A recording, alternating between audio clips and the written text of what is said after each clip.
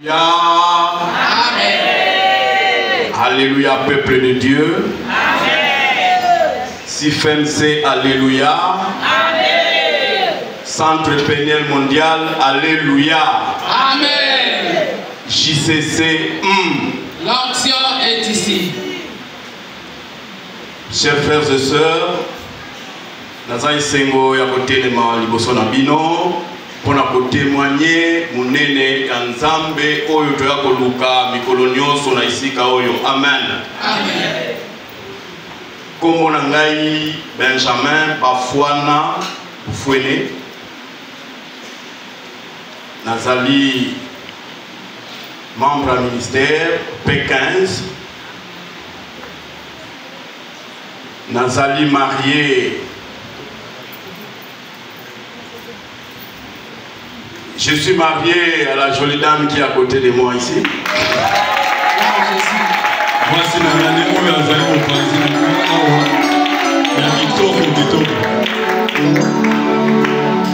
Amen.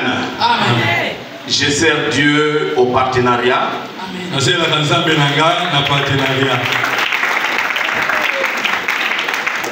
Amen. Amen. Je crois que je vais encore évoluer pour servir Dieu dans tous les autres départements. Amen. Amen. Amen.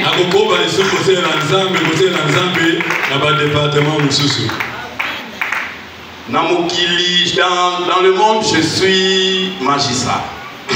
Namokili, magistrat.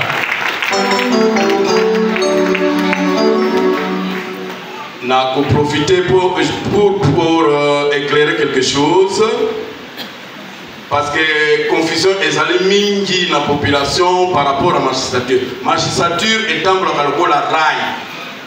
Et ça, dans la rail, il y a toujours 2 points.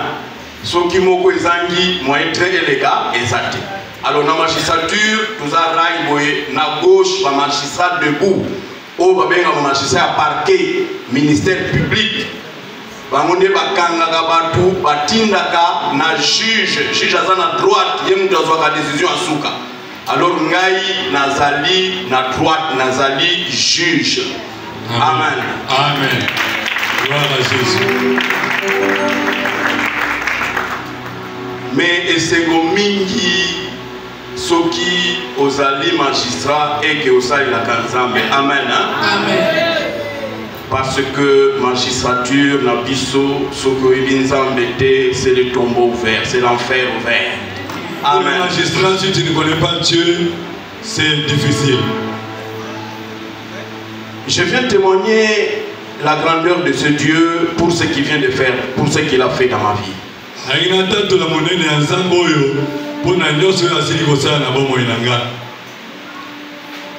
Je suis né dans une famille de 6 personnes.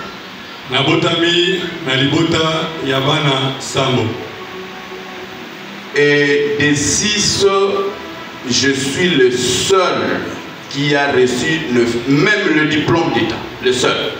Même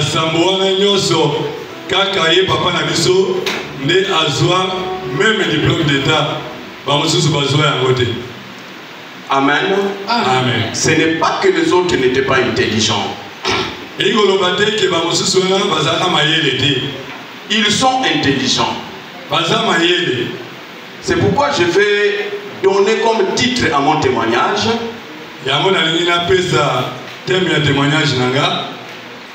marche dans le voie du Seigneur,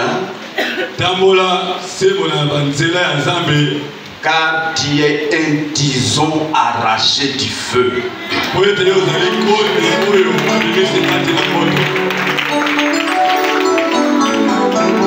Amen. Amen. J'ai commencé mes études normalement.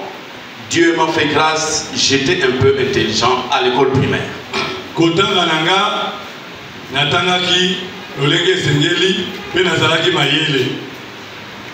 En tout cas, pour la plupart des fois, presque de la première année primaire jusqu'en 6e, j'étais le premier de ma classe. Première année, le premier de la classe. Alors de notre côté, dans les Mayombe, ceux qui osent mailler les mingi, on t'envoie au petit séminaire pour être prêtre. Kuna namboka na biso na Mayombe kuna si ba moni oza mayele ba kotina yo na petit séminaire kuna esika basango ba bimaka po obima sango. Et je suis allé au petit séminaire. J'ai rencontré un obstacle majeur au petit séminaire.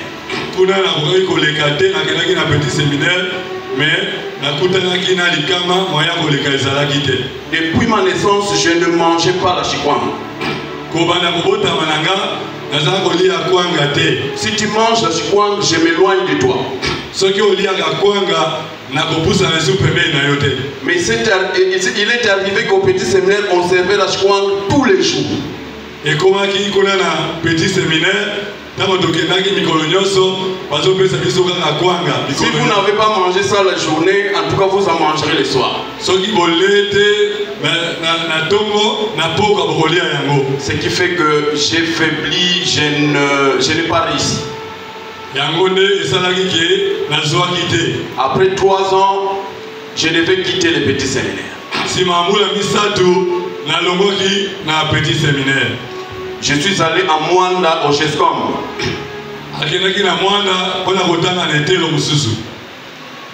J'arrive en 4e année des humanités.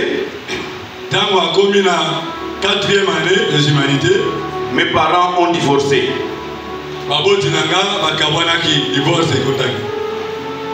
Mon père, c'est parmi ceux qui respectent la coutume.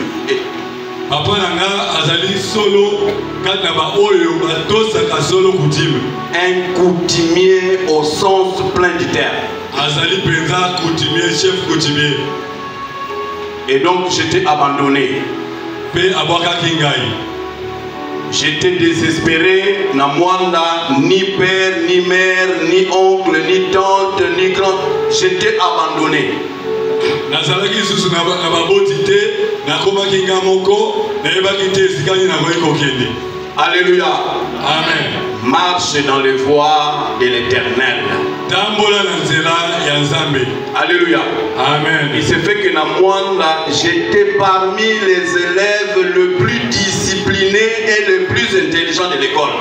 Na mwanda kuna nazalaki solo moyekoli wa azalaki penza discipliné pe azalaki mayele makasi. Donc discipline na nyonso na soki na séminaire na ke nango na école moko ya aventurier. Donc j'étais remarqué et remarquable. Discipline o na soki kuna netelo ya basango na petit séminaire yango nde na memaki kuna na etelo ya sikesika na kendaki na mwanda kasi na école wana bavoyu bato ya baventurier bazalaki mingi pe nazalaki penza remarqué na kati na bato wana po ete nazalaki mwana moko ya botosi. Quand on a commencé à chasser les gens qui ne payaient pas,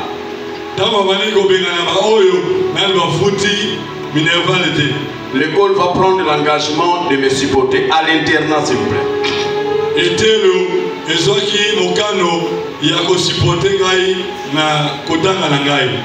J'ai été supporté par l'école en 4e année des humanités. En 5e année. À la fin de l'année, en 5e, l'école a dit qu'il ne supportera plus aucun élève.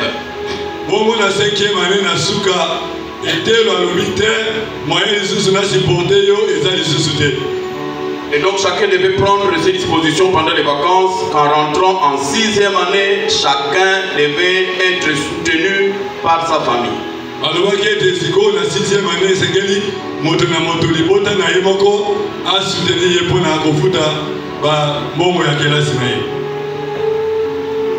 Mon père, mon défunt père m'a rappelé. Il me dit qu'il va reprendre à me supporter aux études.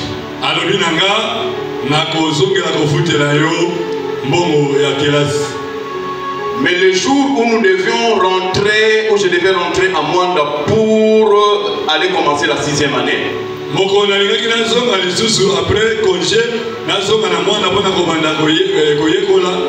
père a fui la maison. papa nanga akimaki ndako. Je l'ai cherché, je ne l'ai pas trouvé. Je l'ai attendu vers 16 h, il est revenu. Je lui dis, mais tu m'as promis que tu allais supporter les études. Mais qu'est-ce qui ne va pas? Il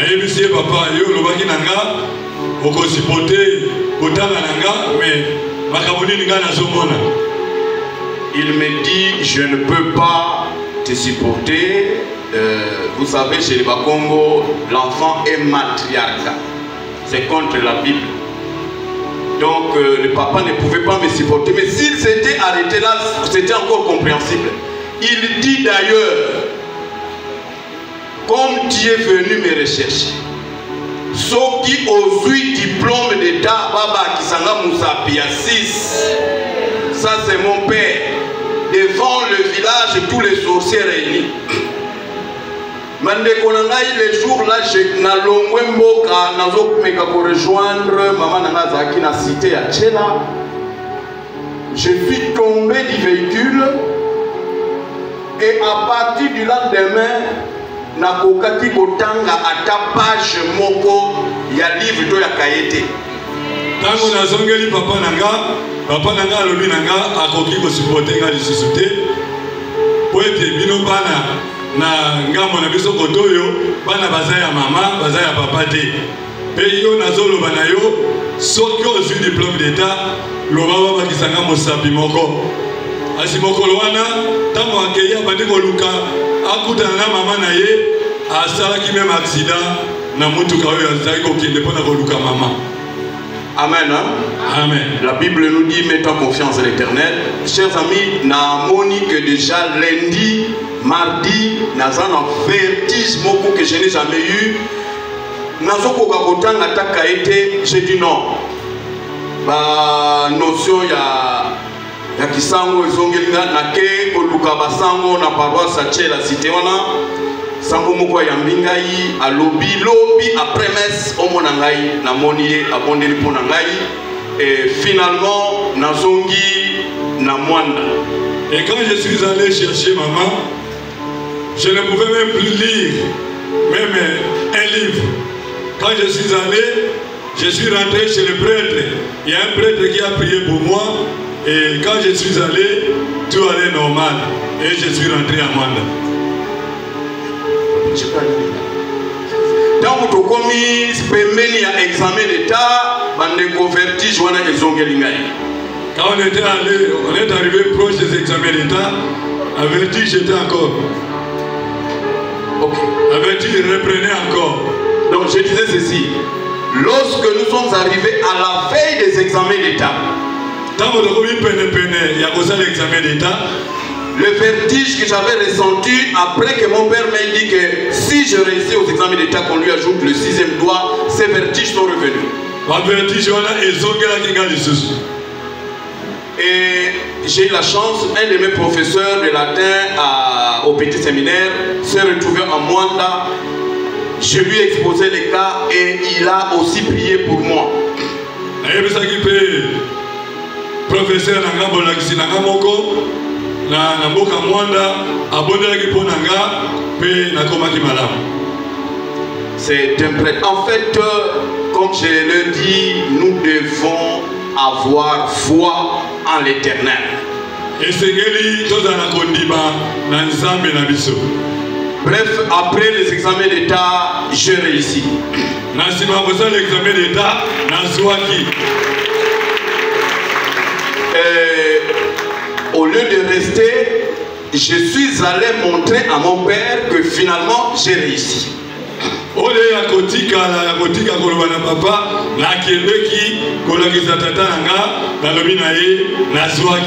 Ma mère et ma soeur m'ont empêché de dire, il t'a dit que tu ne peux pas, là tu vas les défier, il ne faut pas y aller. Moi j'ai dit je dois partir.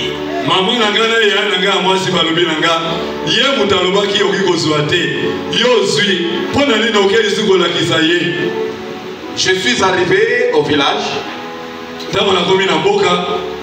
Il allait refuser de me recevoir.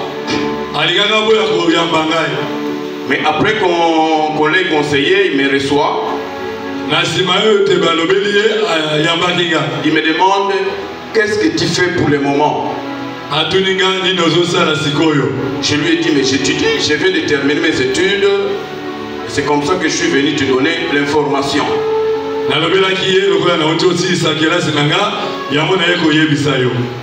Il dit toi tu as réussi. Si je ne vois pas le journal, je ne peux pas croire. Amen. Amen. Je suis allé chercher le journal parce qu'à l'époque, ça sortait par le journal Salongo, le journal officiel. Comme vous connaissez, c'est pas les journaux qui sortent dans le bois de Kinshasa. Je lui ai montré le journal. Non seulement que j'avais réussi, mais j'étais le premier de mon école.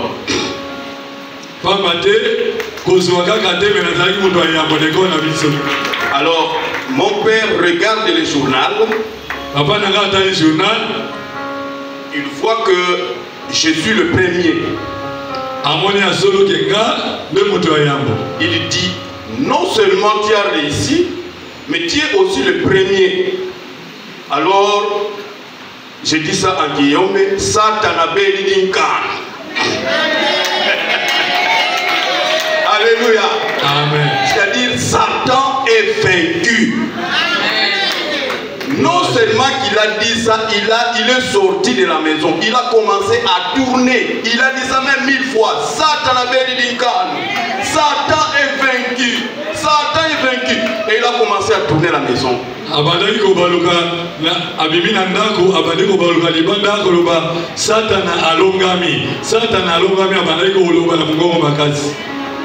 Amen. Amen. C'était une prophétie. Effectivement, Satan a été vaincu.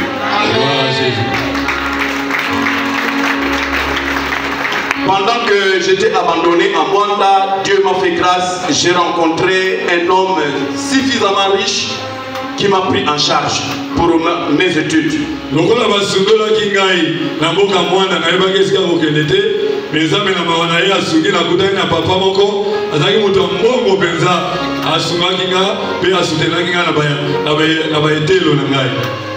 Et il s'est engagé, il a dit à l'école, je vais soutenir cet enfant jusqu'au niveau où il va s'arrêter.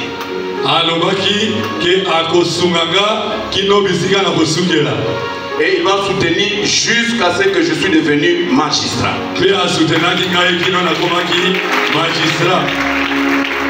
Amen. Amen. Après avoir été nommé magistrat, en tout cas le papa s'est retiré naturellement parce que je n'ai pas eu vraiment le temps de chômer. J'ai fini, j'étais collé je crois le 26 novembre de 1998 et en avril 1999 j'étais déjà nommé magistrat. Nasimanango, tango nasisi bakelasi nanga na komi magistrat, na umelaki te, nazwaki mosala, pe papa wana atikaki ko futelanga kopesa na esumbo. Amen. Amen. Frères et sœurs, lorsque je suis devenu magistrat, c'est alors que tous les démons de la famille se sont levés pour m'attaquer.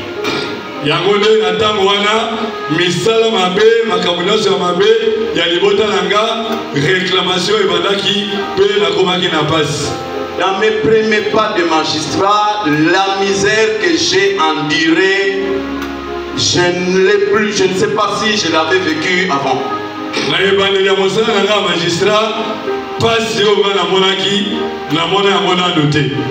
Alléluia. Amen. Si on vous montrait la bicoque où j'habitais, on vous dit qu'il y a un magistrat là-bas, vous allez dire non, c'est magistrat, je crois qu'il doit avoir des problèmes.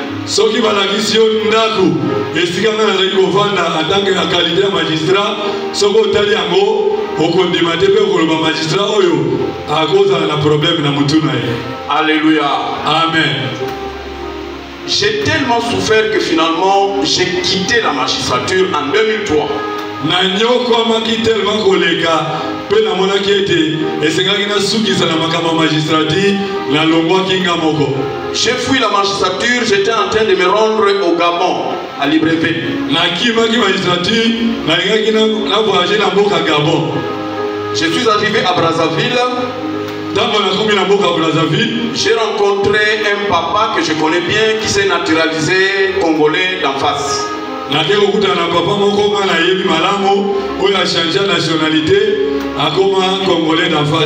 Il m'a conseillé de ne pas entrer à Libreville au Gabon comme congolais de la RDC, comme là-bas à Brazzaville on nous appelait Zaïrois. De ne pas entrer au Gabon comme un Zaïrois, mais d'entrer comme un Congolais Brazzavillois. Après ce gars Toli, alors lui au côté na mboka na Libreville, lokola Zaïrois te, zelana lokelo mikanda na salela yo, pour être au côté na mboka wana lokola Congolais en face. Il m'a dit ça ne va pas traîner parce que je coopère bien avec les enfants de Sassou. Mais lorsqu'il a commencé à chercher, ça a pris du temps. Ça a pris du temps. Dans l'entretemps, moi j'ai commencé à fréquenter les collègues magistrats de Brazzaville. Tango, abali kosela na mikanda wana, esalaki mwa mikolo ebele, nga mpe navandaki te nakomaki koluka bandeko na ba magistrat ya mboka ya Brazzaville kuna. Alléluia. Amen. Quand j'ai commencé à fréquenter les collègues de Brazzaville, c'est alors que je me rends compte que je suis en train de fuir un boulot extraordinaire. Tango na bandi koluka baninga na nga onga na yebaki ba magistrat na tali statut ndenge bango bazalaki malamu pe na ye comprendre que pona nini nazosala erreur ya boye nakoki kokima mosala oyo te pe eza mosala ya malamu. J'arrive chez un magistrat de Brazzaville, il vient de vacances, lui, son épouse, ses enfants, ils viennent de Paris, en France, nous venons de vacances. Nakutani na moko ndeko ya Brazzaville kuna magistrat tokutani na ye alobi bango bauti vacances na ye na mwasi na ye na bana na ye bauti na mboka ya France. Alors que ici à l'époque on nous payait l'équivalent de $25 ou moins. Alors que na mboka na biso awa tango tozalaki na Zaïre bazali kofuta biso $25 seulement. Nous étions déjà Congo, parce que nous sommes en 2003. Ah, nous sommes déjà Congo. Alors j'ai décidé de ne plus partir. J'ai fait demi-tour parce que pendant que je constate que les magistrats brazzavillois ont un niveau vraiment supérieur, il y a un communiqué qui passe à la radio qui dit voilà l'Union européenne vient d'accorder 28 millions d'euros à la magistrature de la République démocratique du Congo. J'ai dit non, c'est que nous aussi nous allons devenir comme eux. J'ai fait demi-tour. Dans mon décision, et comme on a quelque chose, vous savez, c'est à Malamu, l'Union européenne, Batindi Mbongo, Balobi, Batindi Mbongo, Belemo Solemele, pour les magistrats, nous sommes à Congo. Ngana sepela kike Mbongo wana ngape na bozala bénéficiaire.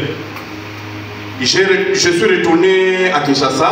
Heureusement, on n'avait pas encore constaté démission d'office parce que lorsque vous fouillez comme ça, on constate la démission d'office. Donc vous avez déserté. Et ça, qui m'a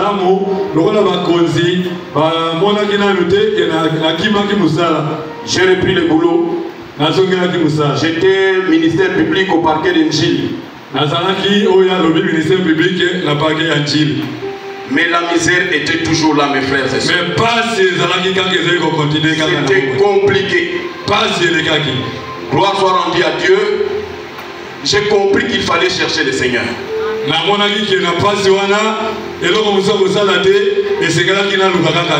J'ai commencé à entrer d'une église à une autre. J'entrais et donc partout on m'invitait, j'ai parti, j'ai commencé à chercher Dieu.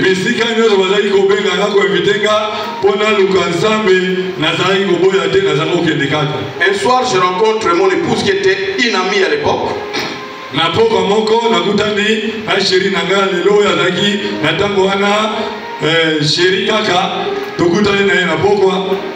Je lui ai dit que ça ne marche pas, je suis en train de chercher Dieu. Il m'a dit si tu cherches vraiment Dieu, je vais t'emmener quelque part. Tu vas voir ce Dieu-là.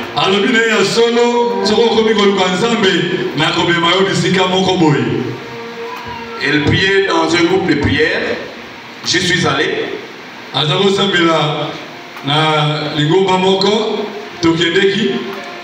Et Dieu s'est glorifié et commençait vraiment à me montrer certaines choses.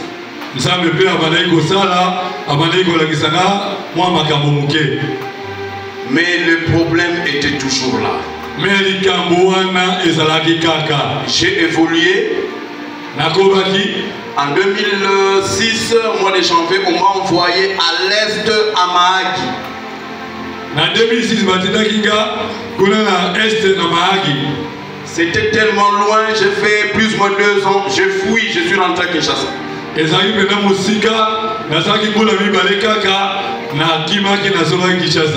Lorsque je suis rentré en 2007 à Kinshasa, en tout cas je vous épargne de plusieurs détails, c'est alors que je vais connaître le ministère chrétien du combat spirituel.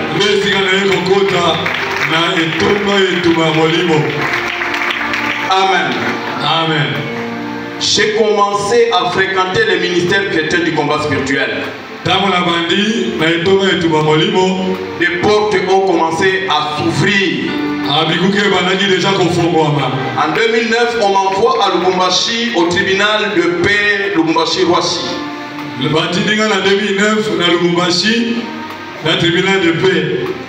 Je suis arrivé là-bas. En tout cas, ça n'allait pas parce que quand je suis rentré à Kinshasa en 2007, j'ai été affecté au tribunal de paix de Matete. Et là, j'ai commencé à voir clair avec le ministère, avec les prières, tout ça, j'ai commencé à voir clair. Mais lorsque j'arrive à Lubumbashi, je vois comme un voile qui se pointe encore devant ma face.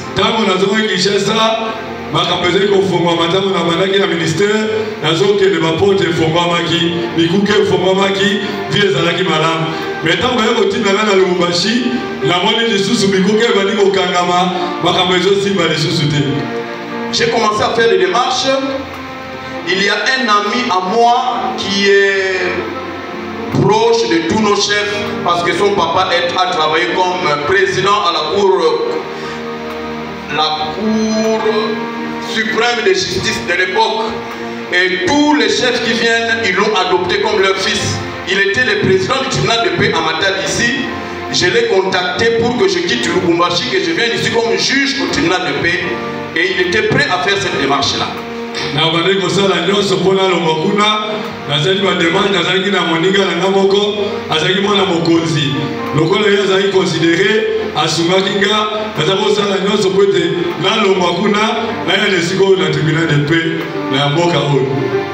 Mais ça n'a pas marché.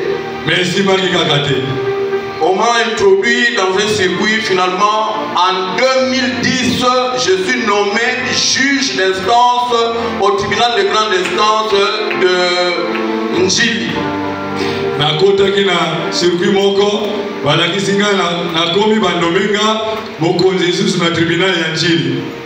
Alléluia. Amen. Lorsque tu es un tison tiré du feu, les combats seront toujours là. Alléluia.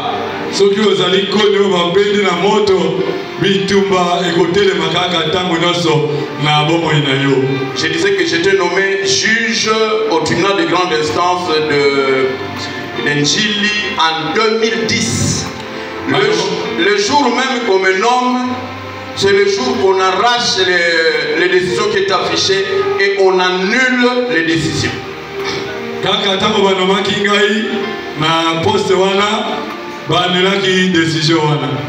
Amen. Amen.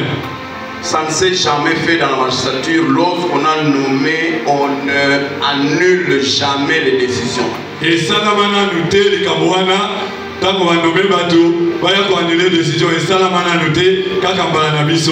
Alléluia. Amen. Depuis 2010 que je devais être juge de grande instance, je viens d'assumer cette fonction en 2021. Pendant 2010, 10 ans après. 10 ans après. Fonction après 10 ans.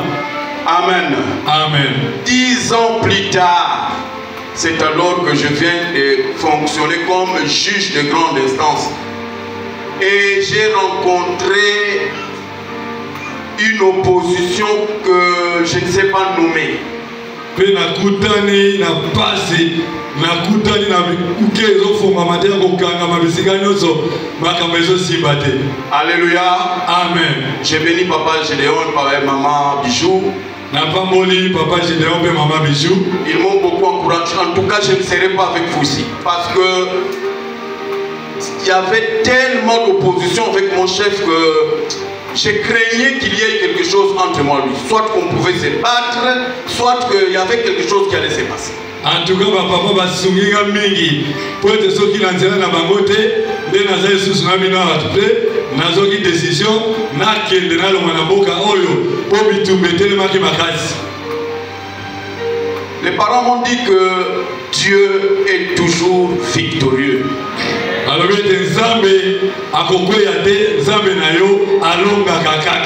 Amen. Amen. Nous avons intensifié la prière à domicile. J'ai commencé à chasser les chefs des zombies.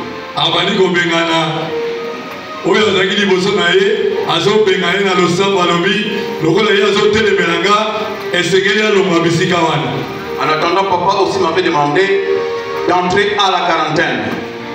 Papa, j'ai demandé à l'obaki naïe, beaucoup de bitumetele miboye, kota na département na biso, ou babé na la quarantaine. Amen. Amen. J'ai connu un combat que je n'ai jamais connu. Na kuta na bituba oyo, banda na banda, nano na kuta na owanate. Le chef, effectivement, était un occultiste et mes prières me dérangeaient sérieusement. J'ai même été empoisonné au tribunal.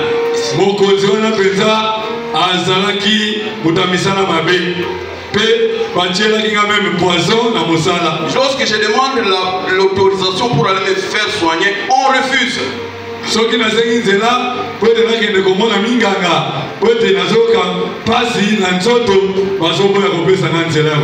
Que Dieu bénisse notre papa Gabi. En tout cas, il s'est investi, vraiment un véritable papa. C'est grâce à lui, les premiers produits contre le poison, c'est grâce à papa Gabi.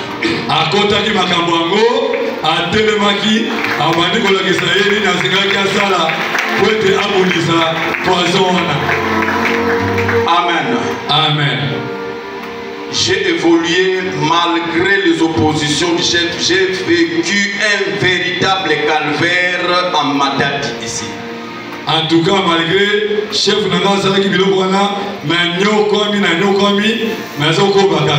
Alléluia. Amen. Dieu est toujours victorieux, c'est réel. Na août 2023, Namboula Oyo. Na sanza oya mwambe ya 2023, chef de l'État a écossé la mise en place à la magistrat. Mokonzi asali mise en place ya magistrat. Et mon chef qui me combattait a été renvoyé plus loin dans le fin fond. Mokonzi asali kobundisa kawana batinde mosika. Mais avant de partir, il a balayé le terme de sorte qu'on m'a laissé comme un chômeur. Donc je ne travaillais plus. Avant qu'il atika kinga président na se na koma kinga ka chômeur na zako salisu musalate. Mais le chef qui le remplace, nous sommes connus déjà le Kumbashi, il est venu et il m'a repris. Bokonzo ayaki o ya remplacer qui est toyeba na ki déjà kumana le Kumbashi. Tango aye azwinga pe azongisinga na musala. Alléluia. Amen. Je vous ai dit qu'au mois d'août, le chef de l'État fait la mise en place et j'ai été nommé comme conseiller à la cour d'appel du Congo central. Mise en place, conseiller la cour d'appel de Boka Matadi. Alléluia. Amen. En fait, j'étais nommé conseiller à la cour d'appel, mais on n'avait pas encore précisé. Donc j'étais nommé conseiller à la cour d'appel. Maintenant, au Cannabiso, ici au Congo, les cours d'appel, il y en a 27. Donc chaque province a une cour d'appel et Kinshasa en a 2. Mais là, on a seulement nommé conseiller à la cour. Nous devions attendre maintenant qu'on puisse affecter chacun dans une cour d'appel déterminée. banomaki nga conseiller na cour d'appel parce que na mboka na biso eza na 25 cour d'appel esengelaki nazela sikoyo mpo bayebisa nga bisika nini oyo esengelaki nakende kosala. Alléluia. Amen. Gloire soit rendue à Dieu. Il y a toujours beaucoup d'influences qui entrent en jeu pour les affectations. Parce que dans certains coins qu'on vous envoie là-bas, c'est comme si on vous a rendu presque chômeur.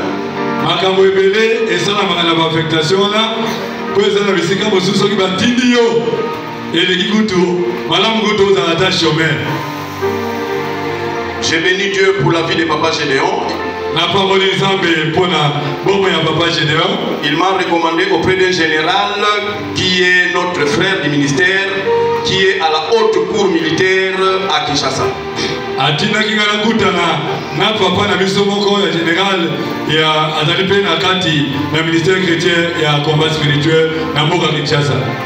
Je suis allé le voir et il m'a recommandé au secrétaire du premier président de la Cour de cassation.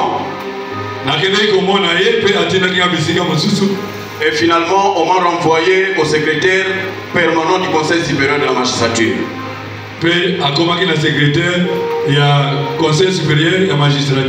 Tout cela, c'était pour préparer une affectation qui soit favorable, qu'on ne m'envoie pas dans un coin. Le juge n'a pas de grande instance. Je vous ai dit que j'avais déjà été nommé juge de grande instance, mais je n'avais jamais travaillé. On avait annulé. J'ai pensé que l'histoire allait se répéter. J'ai fait confiance à ce Dieu. Depuis hier, j'ai été affecté comme conseiller à la cour d'appel du Congo central.